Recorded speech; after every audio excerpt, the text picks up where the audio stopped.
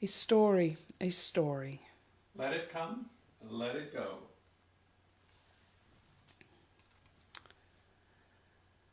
Jesus was in the Galilee, healing and teaching. After healing a blind person, Jesus asked his disciples, "Who is it that people say that I am?" And their replies ranged from John the Baptist back from the dead, or one of the prophets like Elijah. "But what about you? What do you think?" Jesus asked. To which Simon Peter blurted out, "You're the Messiah, the Christ, God's anointed one." Hearing him say this, Jesus told them what was ahead for him. He said, well, God's human one, God's Christ, God's anointed, is going to suffer horribly, be rejected and ultimately killed, and then be raised from the dead.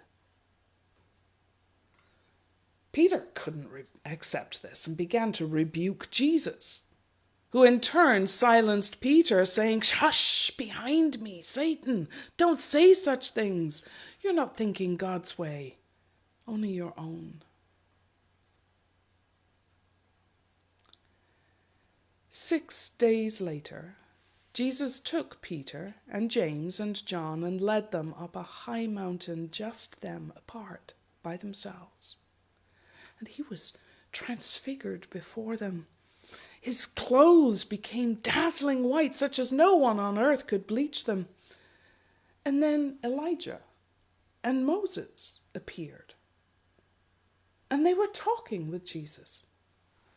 And Peter reacted to this by saying, "Rabbi, it's good for us to be here. Let's make dwellings, one for you and one for Moses and one for Elijah." He didn't know what he was saying. They were terrified.